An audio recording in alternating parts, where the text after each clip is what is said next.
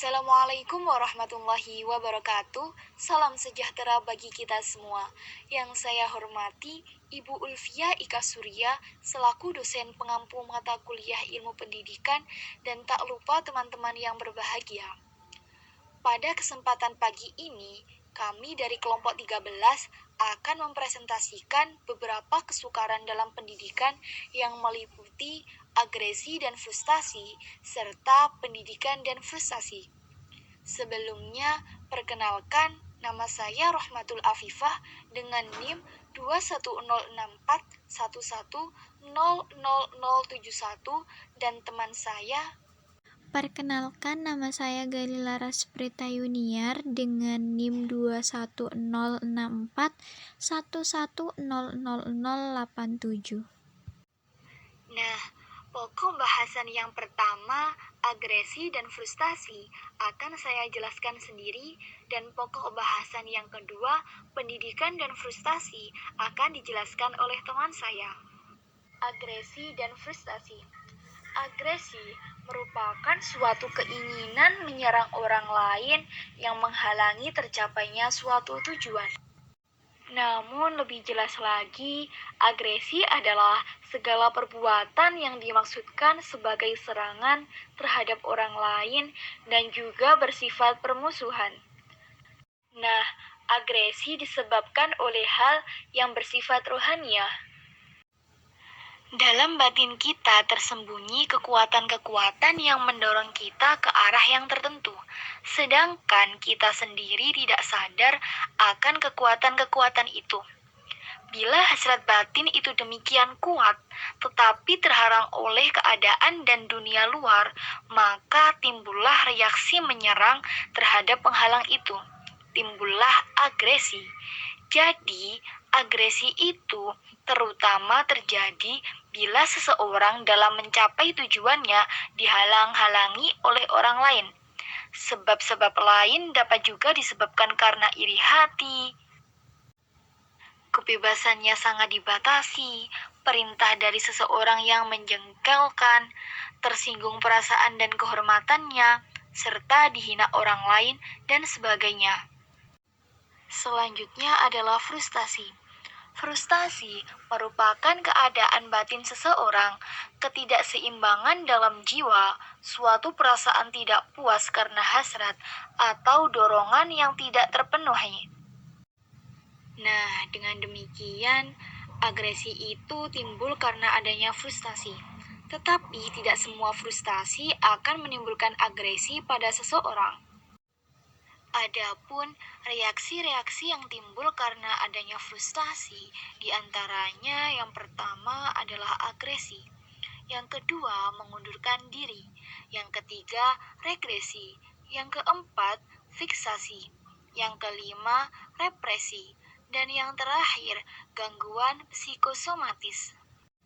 Nah, setelah mengetahui reaksi-reaksi yang timbul karena adanya frustasi, ada juga rintangan-rintangan yang dapat menimbulkan frustasi. Rintangan-rintangan yang dapat menimbulkan frustasi itu ada 4. Yang pertama, rintangan-rintangan yang bukan manusia. Maksudnya, ketika ada seorang kusir yang ingin cepat-cepat mengemudikan delmannya menuju stasiun kereta api untuk mengambil penumpang yang turun dari kereta api. Tiba-tiba di tengah jalan kudanya mogok tidak mau jalan karena kelelahan dan lapar. Sang kusir berusaha mencambuki kudanya dengan maksud ya lekas lari, tetapi sia-sia belaka. Sambil bersengut-sengut dan marah, kudanya dipukul sekuat-kuatnya. Tetapi hasilnya tidak ada. Sementara itu kereta api cepat telah tiba di stasiun dan tidak lama berangkat pula.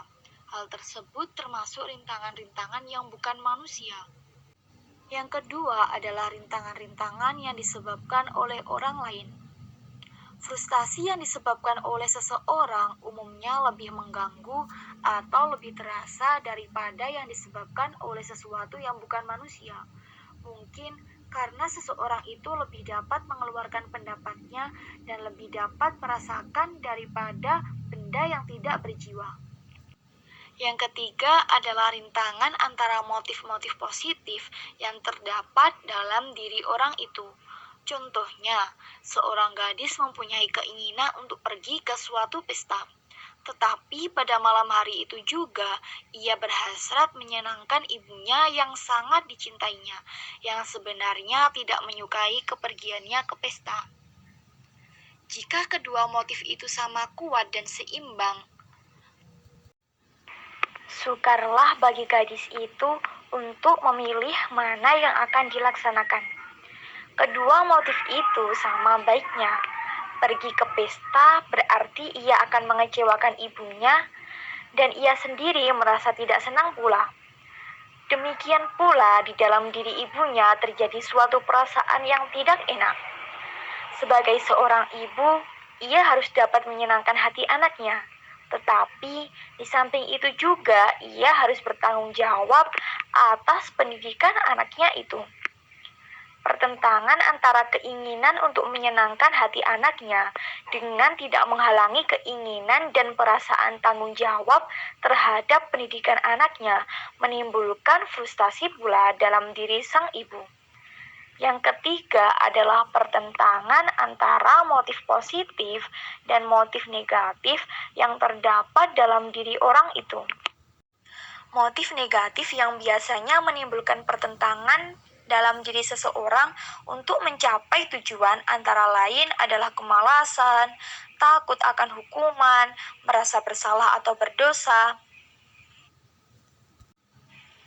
Contohnya, pada suatu malam si Amir ingin sekali menonton wayang di suatu hajatan yang tidak jauh dari rumahnya. Kebetulan malam itu bukan malam minggu, jadi ia harus belajar sebagaimana biasanya. Akan tetapi, keinginan untuk menonton itu tetap kuat. Tetapi ia tidak berani meminta izin kepada ayahnya karena sudah tentu ayahnya tidak mengizinkannya. Akan pergi diam-diam pun ia takut. Akhirnya dalam hati yang gelisah, ia tetap belajar di rumah. Demikianlah rintangan-rintangan yang dapat menimbulkan frustasi. Untuk selanjutnya, yakni pendidikan dan frustasi, akan dijelaskan oleh teman saya. Di sini saya akan menjelaskan tentang pendidikan dan frustasi.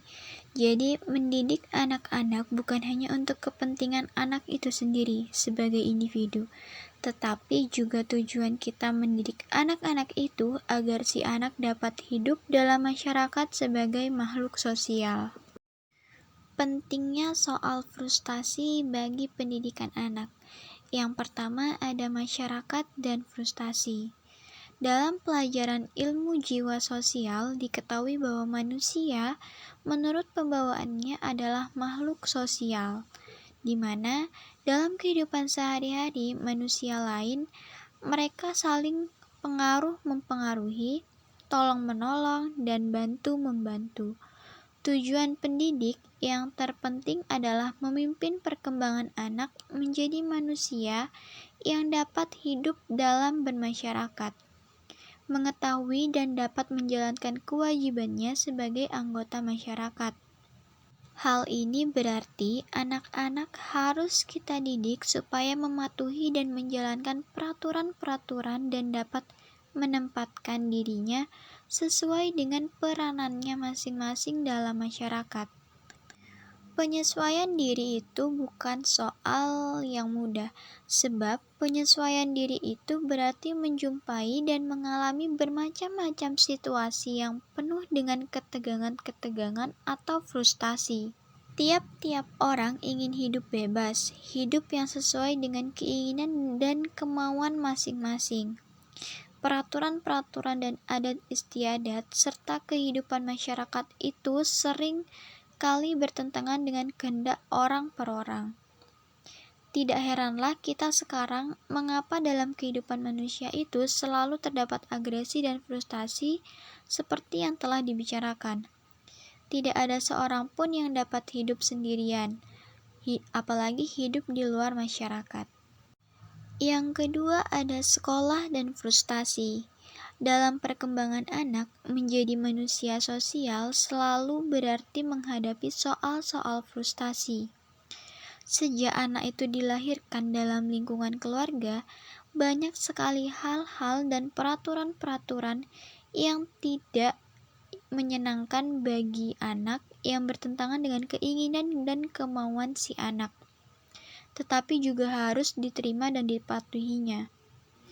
Manusia yang hendak hidup dalam suatu masyarakat tidak akan lepas dari yang namanya frustasi.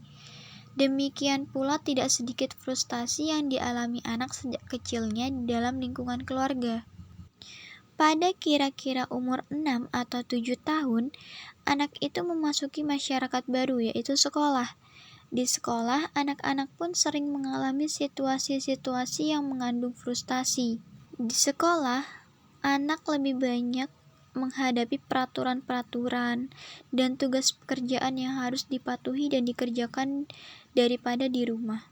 Anak-anak pun lebih merasa bebas dan bergembira di lingkungan keluarganya sendiri daripada di sekolah. Peralihan yang sangat mendadak dari kehidupan rumah tangga ke kehidupan sekolah akan sangat terasa berat, terutama oleh anak-anak yang baru saja masuk sekolah. Memang sekolah-sekolah harus mendidik anak-anak menjadi manusia yang tahu tata tertib dan tunduk pada tata tertib dan peraturan-peraturan sekolah. Namun, sekolah tidak boleh menuntut terlalu berat melebihi kemampuan anak-anak. Sekolah berkewajiban membantu anak-anak dalam hal menyesuaikan diri dalam kehidupan masyarakat. Dalam hal ini, sekolah merupakan jembatan antar lingkungan keluarga dan masyarakat. Dalam menjalankan tugasnya, sekolah hendaklah mengingat dan berpedoman kepada kehidupan anak sebelum masuk sekolah, dan mengingat pula tuntutan-tuntutan masyarakat yang harus sudah mulai dijalankan oleh anak itu di sekolah. Yang terakhir ada sikap pendidik. Mendidik anak hendaklah membiarkan pertumbuhan anak-anak itu menurut alamnya. Pendidik harus memberi kesempatan kepada anak untuk menuruti semua kehendaknya. Dengan demikian, si anak tidak mengalami frustasi dan dapat berkembang secara semestinya. Pendapat seperti itu tentu saja berat sebelah dan tidak dapat dibenarkan. Anak adalah makhluk yang sedang mengalami perkembangan. Ia belum mengetahui norma-norma kesusilaan yang baik dan yang buruk. Hidupnya masih dikuasai oleh perasaan dan keinginan daripada oleh pikirannya. Meski demikian, tidak baik pula jika dalam proses pertumbuhannya anak selalu mengalami frustasi. Mendidik anak tidak akan berhasil dengan selalu menghalangi keinginan dan kemauannya, selalu membiarkan dan membatasi kebebasannya. Demikianlah, anak tidak dapat dibiarkan begitu saja berkembang dengan sendirinya. Tetapi sebaliknya, tidak mungkin pula selalu ditekan, dirintangi kehendaknya. Anak hendaklah diajar menyesuaikan dirinya, yang berarti dapat menerima dan mematuhi peraturan-peraturan mana yang harus dituruti dan peraturan-peraturan mana yang harus ditentang. Baik, demikianlah presentasi dari kelompok kami. Kurang lebihnya, kami mohon maaf yang sebesar-besarnya. Wassalamualaikum warahmatullahi wabarakatuh.